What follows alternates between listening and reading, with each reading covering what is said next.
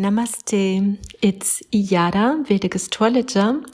Welcome back to my channel.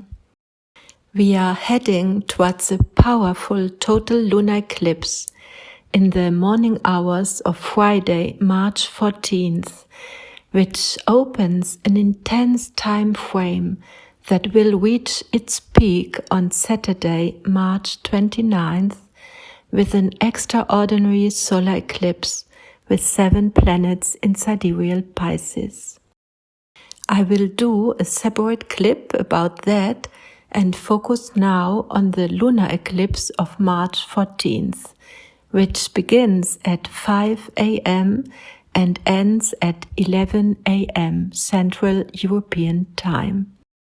The peak of the total eclipse, when the full moon is completely in the shadow of the Earth, lasts from 7:30 to 8:30 a.m.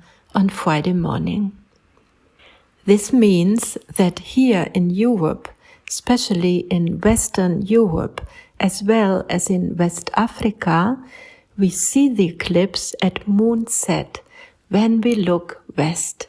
In Eastern Asia and in Australia, on the other hand, it is visible at moonrise, and the entire eclipse falls over Alaska, Canada, North, Central and South America. With the moon completely in the shadow of the Earth, there will be no moonlight, but the moon will be colored reddish by the light of Earth's atmosphere, which is why this eclipsed moon is also called a blood moon.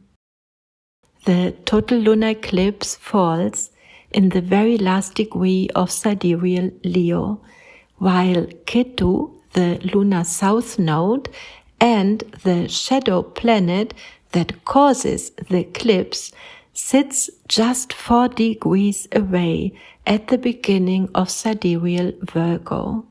Both are located in the constellation of Uttara Phalguni, which, just like the sign of Leo itself, is ruled by the Sun.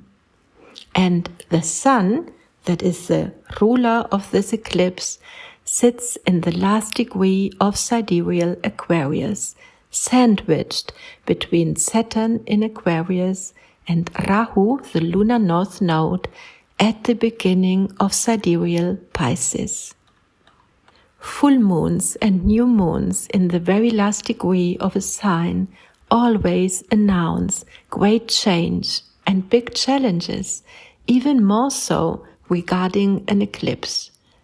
The Sun enters sidereal Pisces as early as Friday noon, and the full moon itself crosses over to sidereal Virgo during the very moment of the total eclipse. This speaks of a time of great upheaval. If we were to read about the disturbing circumstances of this lunar eclipse in ancient texts, that is, the moon completely alone passing over the boundary of sidereal Leo during the eclipse, and the Sun in the last degree of sidereal Aquarius sandwiched between 2 cruel planets, Saturn and Rahu, which are arch-enemies of the Sun, then we would find prophecies such as the king will fall or danger to the country. Literally, it would therefore mean that a prominent personality on the world stage would either be killed or die of an accident or illness. But in a figurative sense, we can also understand that there is no longer any true statesman alive or available in whom we could trust to be guided in times of upheaval. Uttara Phalguni is known in the West as the fixed star of Denebola at the end of the constellation of Leo, and it is a star that speaks of ascension and fall in life. It depends on the leadership qualities of the person in question. because Uttara Falguni is ruled by Aryaman, a sun god who is famous for his leadership qualities, for steadfastness and reliability. Aryaman watches over the cohesion between people and overcomes challenges by creating lasting alliances. The lunar eclipse in Uttara Falguni is now shattering those alliances. Statesmen no longer have steadfastness, reliability, or real leadership qualities, and more people feel left alone and are afraid of what else may happen on the world stage. Mars, in fact, squares the nodal axis and brings in a warlike, rather worrisome ingredient. And we see that Europe wants to invest billions now in weapons and armed forces, which is seen by Russia as an aggression at a moment in time when there is talk of peace negotiations, but they are being conducted completely over the head of the country that was attacked in the beginning. It's all pretty grotesque. At the same time, we have more and more weather phenomena, especially heavy rain and floods, which has everything to do with the upcoming solar eclipse with 7 planets in sidereal Pisces, an oceanic water sign.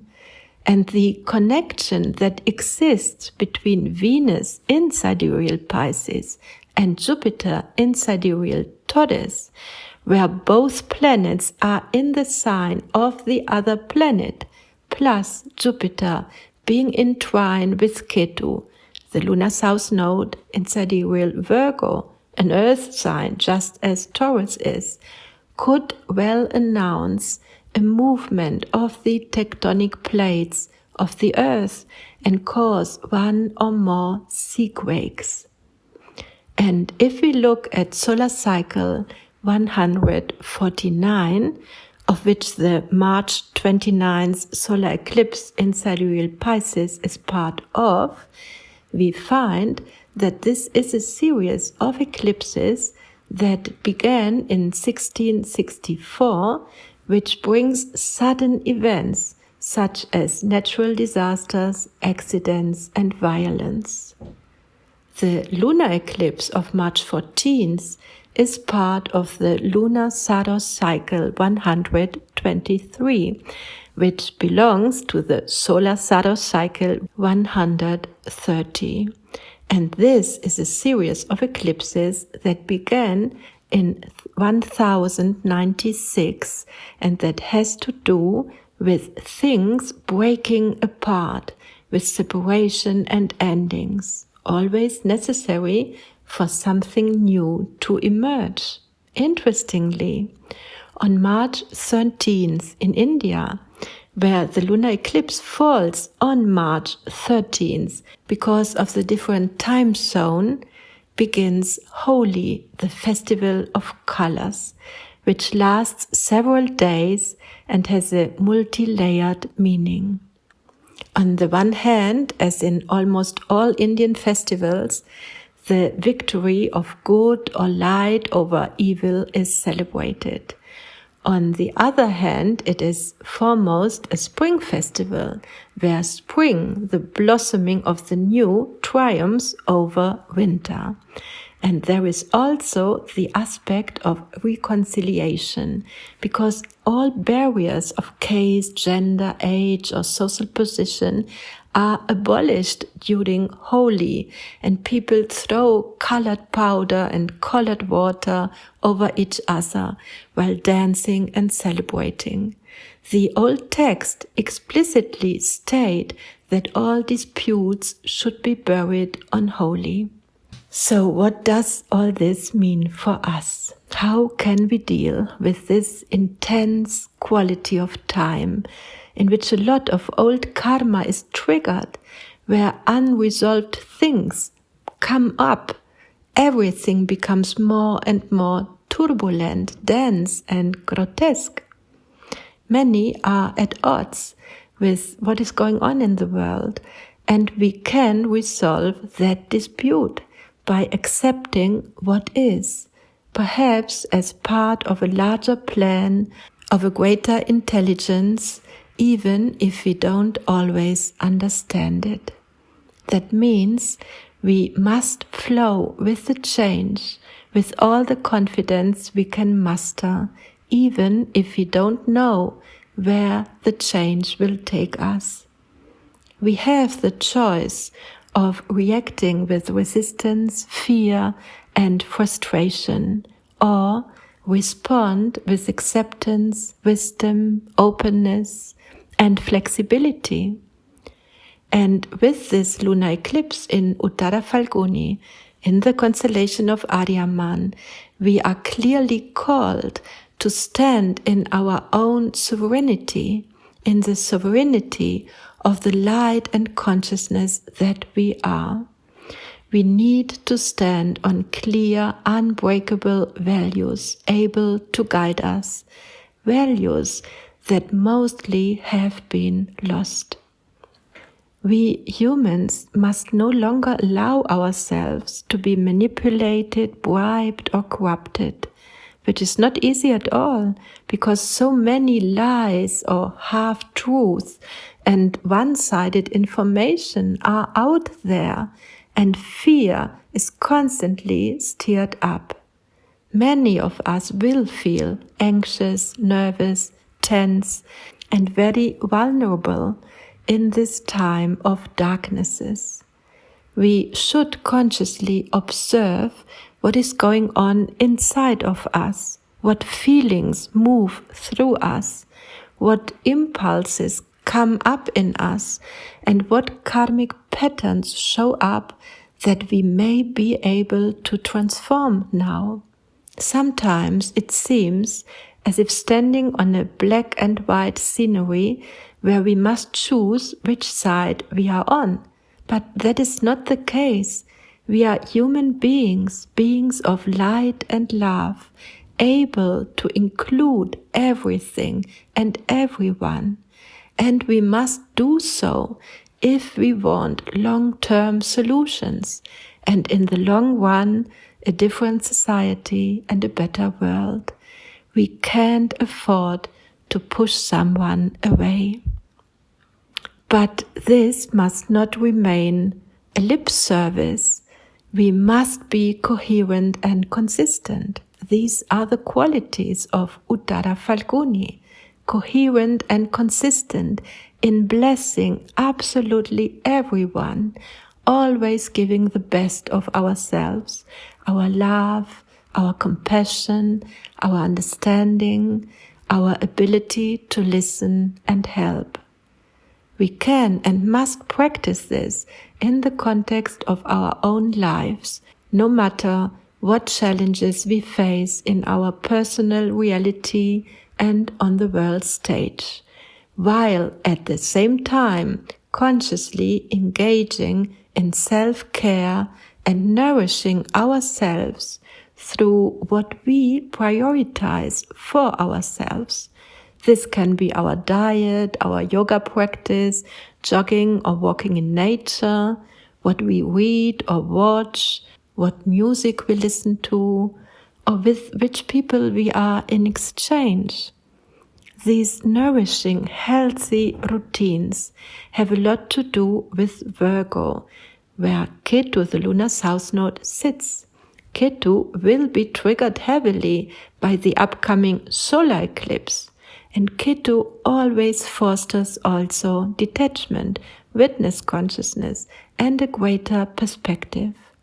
Virgo is also the sign in which we learn to put ourselves at the service of something greater, the service of humanity, at the service of our own soul, at the service of light and consciousness, and the evolution of this consciousness here on planet Earth.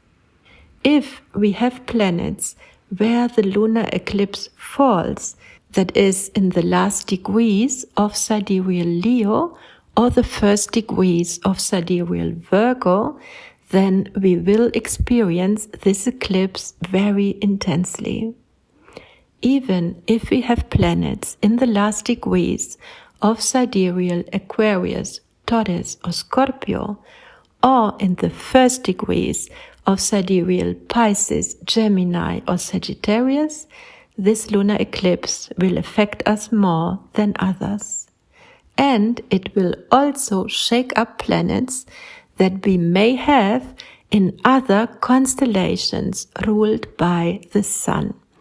These are Kritika in the transition from sidereal Aries to Taurus, and Uttara Ashada on the border between sidereal Sagittarius to Capricorn.